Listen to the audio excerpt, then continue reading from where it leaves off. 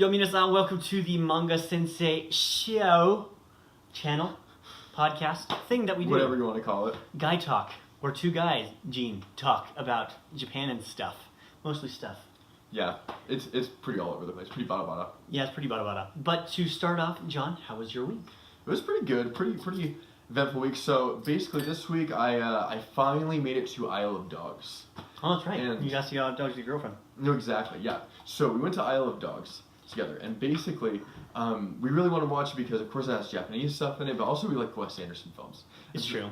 Yeah, and so basically, I don't know about what everyone else thought about it, but I thought it was really cool how they kind of implemented a lot of like the Japanese cultural aspects, like the kind of the entrance. They had this kind of kabuki feel with the drums going on, had those going on and everything, and kind of had the storyline going with the narrative. It was kind of like laying out how it was going to be with the kind of legend and folk stuff that's going on. That's pretty typical Japanese theater stuff. So I thought that was pretty cool. Nice. Overall, pretty and good. Don't want to add any spoilers or anything, but go see it. Yeah. Go see it. How many stars do you give it out of 10? I see a solid 8. Solid 8? It was a pretty good movie. I like some of his other films a little better, but it was a really good movie. Okay. So it was one of those things that you should definitely go see, but you wouldn't buy it. Yeah, probably wouldn't buy it, but yeah, definitely see it again. Definitely see it. Okay, definitely see it again. Okay. See it again, but not like That's a good purchase it to own in my home. I mean, I'm a college student. That's not a very tall list right now. That's true. Yeah. My list mostly consists of Walter Mitty, the Lego Movie, and Solid Megamind. Solid stuff. Solid movies all around.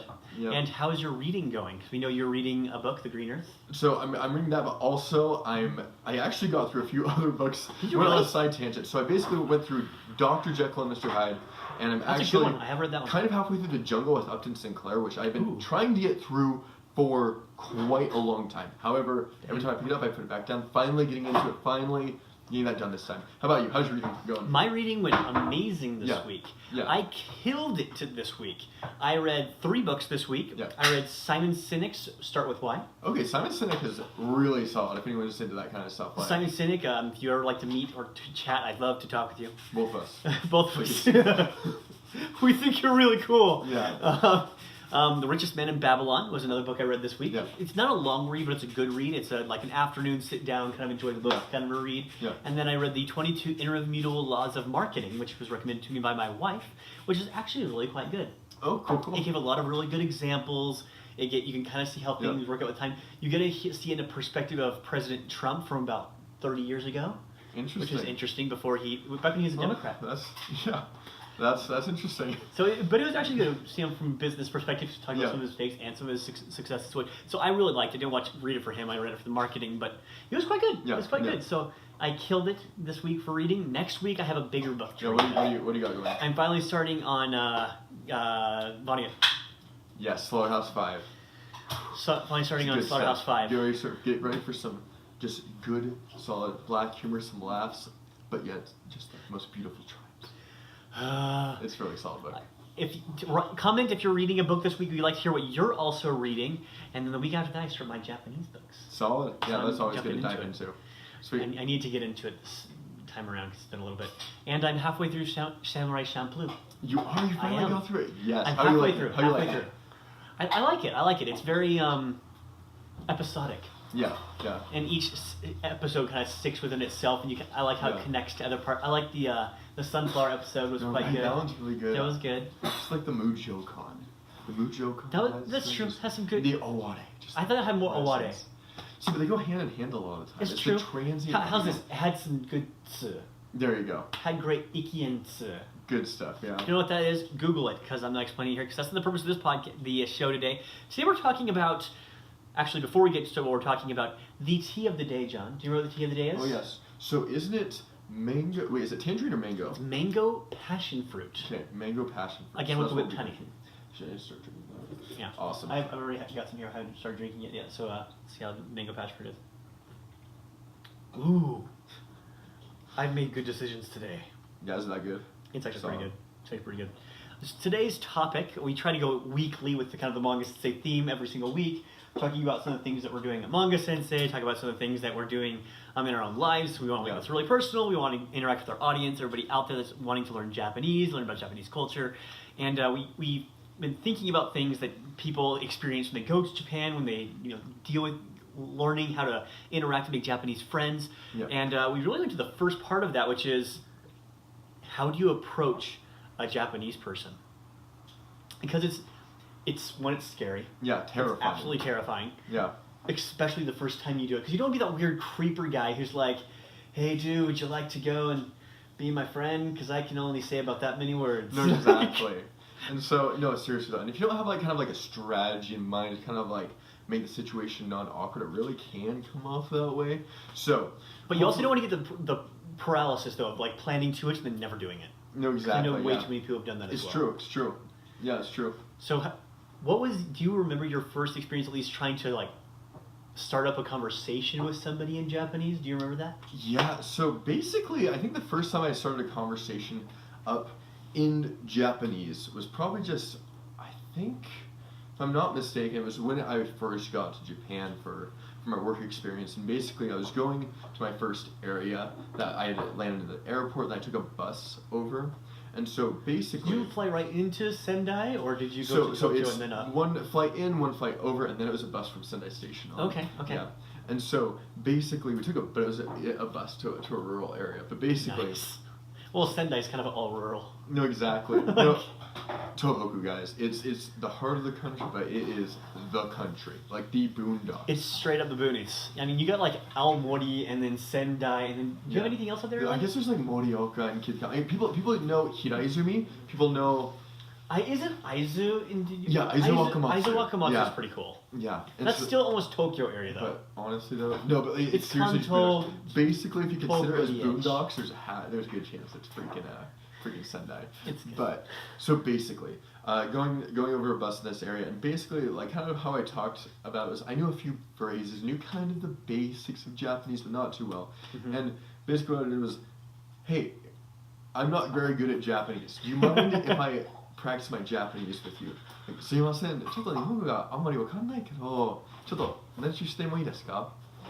Not bad, not bad, not bad. No, Nice good way to exactly. start. Good way to start. You're already addressing the issue of you don't speak good Japanese. Exactly. It's just practicing, and like no matter who you are, I'm just a cute little guy who just doesn't know what he's talking about. I'm the most harmless little guy in the world. So like, Except that you're like 3 feet taller than they are. true that. Yeah. So Seriously, was just like some random guy on like the bus that you're riding with, or? Yeah, I think it was just this random lady. Yeah, Oh, really? I was on the bus, but it's one of those huge buses, so it was Okay. like You're a gonna ton of be there people for a were on while it. Yeah, anyway. it's like 40 minutes. Did you have a good conversation though? Depends on who you ask. I thought I did I awesome. would like to think that we were both enlightened and just fulfilled through the conversation. Okay. However, it was probably just me just stuttering and trying to get through a few phrases. But she basically was really helpful. She was just like I'd introduce myself, just kind of say where I'm from. Right, And right. I asked where she was from. She'd give me simple sentences, and I asked her to correct me where I was wrong. And How she did it. you do that? Because I think so. I have this thing where I believe there are 3 sentences that Yeah. every kid going to Japan should know Yeah. if he wants to learn the language. All right, go for it. So I think there are 3 things, and I told this to a lot Yeah. of speakers who are taught Japanese for almost 8 years now. Yeah. And the first one I tell people is to be very straightforward and to be like, how would you, as a native speaker, say Yeah. it? No, yeah. Because I think that's if you want to speak like them, not like yourself. No, exactly. Yeah.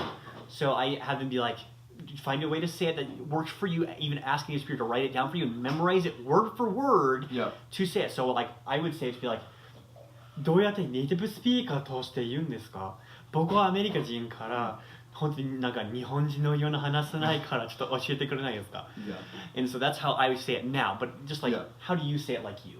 No, yeah, exactly. And like honestly, when you go about it that way, and especially when they do correct you, when they do say that this is the proper way to say it, and you obviously did not get that right, Yes. that's when you want to know it the most. That's when you want to write it down. And honestly, you might feel weird about making them wait to write it down, but they know you're trying. And I think that's the biggest thing is It's true. everyone loves to see that you're trying to speak their language. Japanese people Oh, yeah. love that. I think it's really silly. Yeah. Right now there's this big thing going on online about Yeah. cultural appropriation.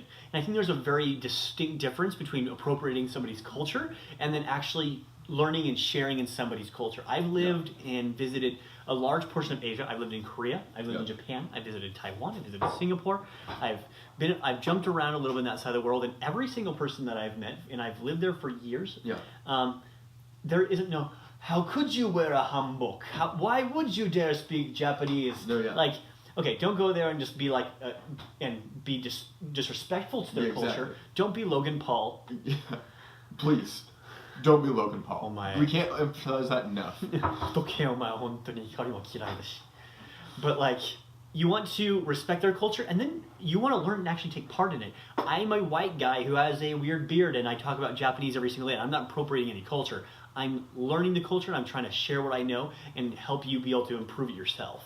So, and everyone that I've met has loved that I've been able to try to speak their language. No, yeah, exactly. And a lot of time, I don't know about you, but I've been approached quite a bit where basically they're like, someone sits down next to me on like a bench or something, or I'm like in a mall, I don't know, just whatever situation. I've had this happen last summer too, but they come to ask you while you're there, they ask you, can you speak Japanese? And like they're always impressed when you can, and even when they're just making small talk, and a lot of time they're just so happy, like, whoa, you're so good, and you're not even that good, but they're just so happy that you're trying, and I feel like that's one of the coolest things about Japan. Yeah, last time when I went to Kyoto year before last, I was in Kyoto just for like 3 days. I jumped over to do a conference for some research I was participating in, and I was in there, I was all by myself, it was kind of nice.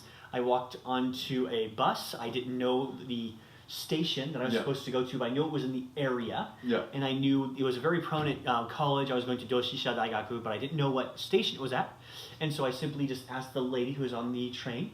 She was a elder lady, and I was just like, pardon, like, I'm trying to get to Doshisha, am I on the right train? And it was just very nice. She's like, oh, yes, you're on the right train, you need to go about 4 stops. Your station is X station here. And but afterwards, you had this it was a very pleasant conversation, just like, why are you in Japan? Are you going to school there? I'm like, no, I did some research, and I'm talking to some professors there. No, exactly, yeah. But they loved it. Yeah, no, exactly. And that kind of brings us into one of the other talks that we want to talk today about small talk. Like how to create the atmosphere of small talk. When can you just kind of practice your Japanese in small talk ways when people you just kind of don't know, and how to make that not awkward. And I think that kind of strategy, when you're on buses, when you're on trains, when you're traveling, is one of the best ways that you can do it. Especially when you're trapped kind of with the person for like 40 minutes. Of course, if they're sleeping, if they're napping, if they're like, you'd obviously be bugging them, that's one thing. Yeah, and don't intrude upon their space. Exactly. We're not saying like, see a random Japanese guy when you're in like California and approach him speaking Japanese. Don't be that person, please. Yes. And also, and the play of reading anything else, just be aware of your surroundings. Please read the air. But that being said, a lot of situations, like if you're just sitting on a train and everyone's looking bored, you can really just strike up a conversation saying, hey, I'm trying to get off at this place. Can you help? Like, where do I get off, etc. Right. Or you can, honestly, one of my favorite approaches for this, and correct me if I'm wrong, correct me if I'm wrong for doing this, but I'm studying Japanese, studying kanji, and basically I can or cannot read something, but I just want to start a conversation. If you have any kind of reading material on your phone or through a book, whatever, you basically can bring up a kanji or whatever that you're reading and say, ちょっとわかんないんですけど、どういうふうにこれを読みますか? And basically you ask how to read the kanji. What do you say? And you can also follow up with, what does that mean? How, can you explain that for me? Yeah. And that can lead you into a conversation, and usually you can say, or they'll ask you how long you've been studying Japanese. Yeah. They'll usually ask a question or two, and if they don't, just be like, oh, thanks so much, I'm practicing Japanese. And you can bring in kind of the thing of like, if they look like a college student, it's like, 大学生ですか? 勉強してるんですか? And you kind of just bring in kind of what they're doing in their life, kind of ask questions. You want to be, but again, that's natural. I think the thing that we're both hitting on is having these pleasant conversations about traveling, asking people how to read something. It all kind of comes back to this central idea of natural conversation. Exactly. You don't have to speak a lot of Japanese to be able to start up a conversation with the neighbor next door about the weather. Exactly. Japanese people love to talk about the weather. More than any other people I have ever met in my entire life. The weather is always a hot topic. But, like, for real, these No, exactly. You can go on for quite a while. 今日暑いですね。そうですね。蒸し暑いですね。蒸し暑いだよね。雨が降るかな？いや、どうかな？日本からとはわからないな。And then they just go off like that for like minutes. Exactly.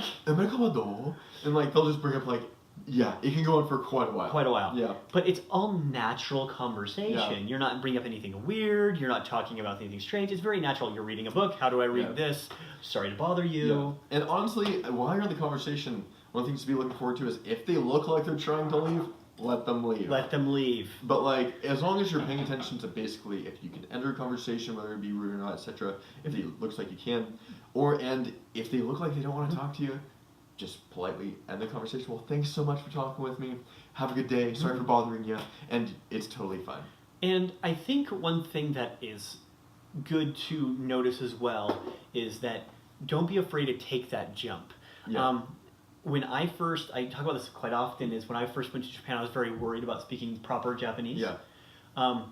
We both made mistakes already in this conversation. Oh yeah, definitely. I've already thought about some things I would say differently. Yeah, like, already. I said instead of do no yo na nihongo, I was like that's incorrect. You want to speak do yo ni because it's a verb. You said do you fu ni, it would be do yatte. Like we both make mistakes. That's not a problem. Exactly. So you shouldn't be worried about your problems, but you should definitely take some effort to go out and try to talk to somebody in their language. How do you just start that natural conversation and then take that leap? If the worst thing that's going to happen is they're going to end it with a 2-word sentence, wakaranai desu.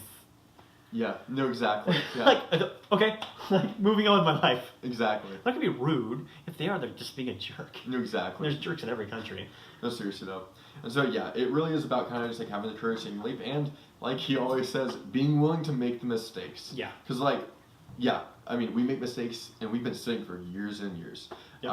I mean, in one of my classes, we went over this thing, and basically it's talking about how many years you have to be speaking a language to be fluent. With Japanese, Right. they said if you're studying in a college setting, it takes 7 years. 7 years, yeah. Exactly. And so honestly, the more mistakes you have, the faster you start correcting those, the less time it's going to take. Yeah, you can get through that, and I think that's really, really important. And until then, I think you have to fake it till you make it. No, exactly, yeah. I mean, you've had Japanese roommates. Yeah, I've had Japanese exactly. roommates. I mean, what happens when you don't know how to say something? You just figure out another way to say it. Exactly. No, seriously, especially with nouns. I feel like that's particularly true with nouns. If there's like a key, which is like kagi, you can just be like, the thing you use to open the door. Turn it into a hole as such and work it open. And of course, you don't want to do this in every situation. You want to know the nouns. But there are so many ways you can say things. Well, you just need to learn strategies of how you say things what you want. Yeah, no, I interpreted for about 2 years for a multi-billion dollar industry. And I'm not allowed to say who it is. Yeah. But basically, one of the things they taught us as we prepared to do interpretation for some of these higher ups was central locution. Which basically means if you don't know something, describe it and then move on, because you don't have time to waste on that little piece. If you don't know what the key is, simply say he opened the door. No, yeah. You don't have to say like he put the lock and turned the key. Simply say he opened the door. Exactly. If he says he slipped on a banana peel, you don't know the word for slip, you don't know the word for banana peel, you simply say he fell. You can work your way around. If you don't know how to say, there's always something strange things. There's in the geometry of our theology, you'd be like, you wait until you know what he means, and then you reference it later. Exactly. It all depends on the situation, but honestly, a lot of the time, like you'll have someone just say, "Oh, you mean a key? Oh, you mean it? Yeah." Yeah. And it's like you're like, "Oh yeah, like let me write that down." A key. Yeah. That's what I wanted to say. Know it for next time, and that's the goal. And write it down. Write it down. It will help. It's silly. I still type my words on my phone. I have a little note on my iPhone that says Nihongo, and it's constantly running with a stream of words, and I save it to favorite as well. Oh yeah, and I have the dictionary, same thing. I just favorite all the words that I don't know. And there are a lot of words I don't know. I think I have like 120 words right now, kind of like on my on-running list of random things that I don't know how to say. Yeah, no, exactly. Always something. But you have to be able to go around them. I think the hard point for me isn't necessarily like the nouns. It's either matching the nouns to the particular verb. Do you want to learn when you are turning? Are you using mogosu? Are you using what? Like what is the matching word for what you're doing? Yeah. Are you turning the controller or are you turning your body? Yeah. And are you what are you using? Is it shinderu or is it nakunaru? Exactly. Those kinds of words. That and learning when to break that formality barrier. Yeah, that's true. Yeah. When do you do that? That is something that takes a long time to get down. Like honestly, what I don't know. Like a rule of thumb or something? I would say it's hard to say that there's I don't know, at least for me, it's hard to say that there are exact situations where you can exactly break this barrier and this is a yes, this is a no. Of course, there are clear-cut cases. Yes. If you're talking to the bleeding freaking president of the prime minister of Japan, if you're talking to the emperor, you're not gonna break the barrier. Don't call him omae. Yeah. And honestly, Oi, koitsu! Koitsu! 大取りになってな。俺がそれがすげえなと思っちゃったんだぜ。Like, that's not something you probably say to Abe Shusho. And you probably don't need to use mas and des with your dog. Like, that's you probably don't need to do that, okay? フェチしてくれさいませんか Just be really poetic about it as well. Like, よく talk 来てくださいました。 about the roundness of the ball and the beauty of the earth while talking to your dog. No, anyway, cut the poetics. Cut the politeness, just tell your dog to tell your dog to freaking fetch. So, but other than that, like, honestly, probably the hardest thing is when it's not cut and dry. When it's like your same age group. You're talking to someone, you start talking to them, of course you may be using like polite form. Then you look like the same age. Right. And stuff, but maybe after going a few minutes in, he starts talking about his job, and he ends up being a 36-year-old man when you're 24. And so Suddenly, maybe you should change your formality level. exactly, to show a little bit more respect, you darn kid. Well, here's an interesting situation I ran across when I was in Asia. I was in Korea, actually, but it has the same kind of idea. Yeah. So I was in a Korean class. Yeah. I was going through my daily classes. Yep. I made good friends decently with the teacher. I could tell she was younger. We started chatting one day after classes, and she mentioned that she was 2 years younger than me. Yeah. So the situation is, I'm 2 years older, Yeah. but she is my teacher. Exactly. Yeah. She's not. She hasn't graduated yet. Neither have I. What do you do? So what do you do? We're in the same last year of school. Yeah. So who is formal? Like, Exactly. what do you think, John? You come to the situation. You're talking to some TA in some class, and you find out they're 2 years younger than you. Honestly, yeah, that's kind of a difficult thing because there's a lot of dynamics at play. But I think, and I might be wrong with this, maybe there is kind of a situation, but honestly, I'd say you probably want to start being a little formal. It's just the polite thing to do. But once you start feeling, I see it's honestly a feeling. You feel it's like an intuitive. For me, it's an intuitive thing. Whether because like honestly, with some people, Gotcha. you can kind of feel it's a little colder. And you maybe not want to get informal, but if you feel the warmth, if you feel the casualness, if you kind of feel like you're buddy and your friends and they drop the formality, and you're feeling it, then I think that's when you drop it. For now, that's when I would at least. Gotcha. And I'd say even if I'm going with someone just like a little bit older, if there's a freaking palling around, if they're joking, if they're doing that, you maybe test the water, see how they react. Just use a few plain forms, do a little more less. See how they react. Yeah. but.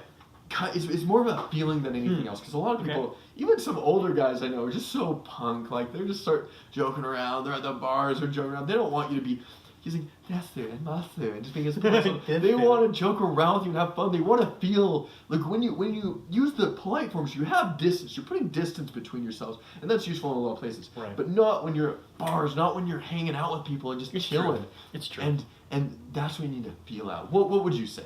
Maybe I say it's situational. So what I ended up doing was when we're in class, because there are other students and they're my age or younger, they're all pretty much younger. Yeah. In class I use respectful language. Yeah, probably the best thing to do. Honestly. So while in class I use the Korean equivalents of des and mas. I use the Korean equivalents of using watashi instead of ore, which is what I usually use in my Japanese. See, he always tends to be a lot more.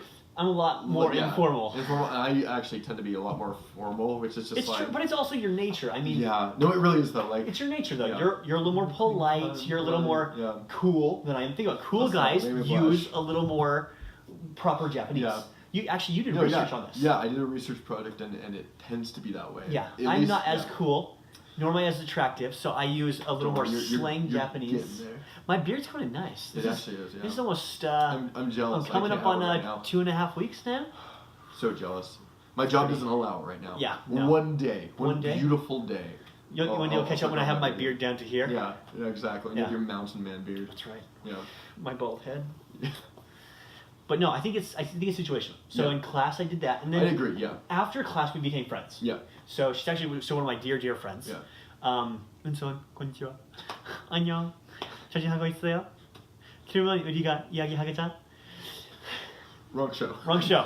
But no, it's 하자. But basically, it became after class we became friends. So when I knew we were friends, she's like, "Hey, you come to my place, and we were going to do this." And then we were like, "Hey, you come and see and do this," and we started watching movies and hanging out. then I dropped the that definitely is formalities. more appropriate, definitely. Yeah. But still in class, I was always formal in class. Yeah. Yeah. Because I wanted to give her the respect that she deserved in class. Yeah. And honestly, when in doubt, when it's not cut and dry, it won't hurt you to use polite form until you kind of feel it out. So like, I mean, usually I'll use it with me randomly. Yeah, it's true. It's my go-to, but that's It's your just go-to. because I don't know. It makes me more comfortable when I'm just talking to random people in random situations. I guess you're not a rando anymore, but I do tend I'm not a rando anymore. I've got past rando Yeah, stage. you got past rando to like acquaintance, I guess. Acquaintance, Yeah, cool. yeah. What's after acquaintance? Do I become like buddy, or do I become like? It's a slow and gradual level up. Okay. Yeah. Okay. Like buddy, friend, guy. You know, just kind of like. Okay. The little platforms. Bestie with testes. There you go. Working my way up. One day. I'm working on it. That sounds like Japanese though. You start with watakushi, then you go to watashi, and then you go from watashi to boku, then you go from boku to ore, Yeah. and then you go from ore to Ore-sama. Yeah. ジョンがこの俺が I've okay. Side note: I've actually seen "ore-sama" been used in daily conversation. Well, the guy was drunk and he Okay, was old. I used he kono was ore when I'm arrogant, really excited. But he said "ore-sama," and basically we realized I'm like, you're the most prideful person I've ever seen. It was beautiful, but don't use that. But just side note, it has occurred in very rare situations. It doesn't just occur on anime, I guess. It doesn't, yeah. Kono ore is what I probably use. Kono ore is like probably the most informal I'll get. That's if I'm like talking to I have some friends that I'll talk to in Japanese. Like one of my best friends lives in Kumamoto. I'll use ore or like kono ore sa. Yeah. Like, but that's rare. I usually stick with ore or boku depending on how I feel. Yeah, exactly. In the situation, but. Aside from my personal pronouns, there are times where you do have to unnecessarily. I think it's situational. When you go to a job, you have use watashi, use watakushi. Yeah. So a question. Yeah. Okay. So you've had a lot more situations where you're using going to formal interviews. I've gone to interviews, but usually I'm working for an American business or an American place. Even if you're using Japanese like we do at our company. Exactly. But I've never actually been into a formal Japanese interview when I needed to use Japanese. What do you exactly use? What's the kosher situation? So I've been in that? 3 or 4 complete 100% Japanese company interviews. Actually maybe more than that. Let's see, I can't name the companies, but I'm counting in my head. Okay, probably about 4 or 5. The rule of thumb, at least in my book, and I've gotten jobs at most of the companies that I've applied for, is address your weaknesses in the politest manner. So for example, if I'm a foreigner, I applied for a job that required Japanese and Korean speaking, as well as you need to be a native English speaker and native Japanese speaker. I'm not a native Japanese speaker by any means. So I quickly addressed that, but I talked about my strength in the language and my regular certifications. So that was something that I could do. Don't brag on yourself, but allow your work to brag for you, kind of a thing. So what I've noticed to be useful is, when in doubt, don't apologize, but also you take every opportunity to raise the opposing person, the aite, up. So for example, it was a marketing gig. They asked me, you should have 5 years experience. I only had 3. So I was like, in online marketing. So I was like, I don't have that experience. Very, very true. However, I believe your type of company is the type of company that allows for exponential growth. And so I was able to raise them up. And, I think the type of company where you demand excellence is something that I adhere to in my personal, even though it may be 3 years, I have equivalent of 5 years. So I didn't push myself up exactly, but I would raise them up by using the situations that I have. So that's what I've noticed. But 100% always be formal. 100% of the time. Okay, correct me if I'm wrong. Are there specialty words you use in certain situations? Yes. So for example, it's just teinego. So for example, instead of saying you hand in your PR, your basically your cover letter, and you hand it to them, and they'll probably have read it beforehand, or they'll have glanced over it at least, and they'll ask you to talk about it. Or when you hand over your shokaijo, your letter of introduction, you'll hand that to them, and instead of just saying "Hai itadakimasu," you'll receive it, and then they'll reply things like "Haiken shimasu," which is a lot more polite way of saying things. Exactly. You'll be like "Haiken shimasu" when you enter. For a good one is when you enter the door. So you enter the door, "Shitsurei shimasu." You close the door behind you. Again, 失礼します. And then you tell them, you introduce yourself, よろしくお願いいたします. よろしくお願い申し上げます. And then you go sit down. ありがとうございました. You emphasize the end of your sentence really hard, and then you use very humble forms. Yeah. So you put them up. So for example, you don't refer to their business as この会社. Yeah. You refer to it as 御社. Yeah. Okay. So it's an 御社, and your business, your previous business or your previous company is 弊社. Yeah. You refer to their boss or their person they work with as 様 or their title. A title is completely appropriate. So you can, for example, call them like 部長. Yeah. It's completely fine. Just their name 部長. Yeah. So 山田部長が. But my boss, my previous boss, even though he's an honorific person, she's an honorific person, I would simply refer to them as their last name alone. Okay. So my previous boss, her name is Satsuki. Hi, Satsuki. So I would refer to her as Satsuki-sama, or her last name. I won't say her last name for her privacy, but Satsuki-sama would not be the appropriate way. If she's my bucho, I would simply refer to her as Satsuki-san, or her last name. But their boss I refer to as their name plus their title. Exactly. Which is very important. No, yeah, sounds good. So if you're interested in getting job interviews, if you're wanting to practice for that, write all this stuff down. Yes. Yep. I'm full of knowledge. Exactly. Slowly with your Buddha image with the bald head. I need I'm getting the earlobes slowly. They're just growing on the top. Beautiful. All right. Well, I think that's just about all we have for the show today, if I'm not mistaken. But leave a comment down below of what book you are reading, and we'd like to hear about what books you are reading. And if you have any questions about Japanese job interviews, we'd happily answer your questions. Exactly. And yeah, thank you so much, and we'll see you next week. Mata ne. じゃあね。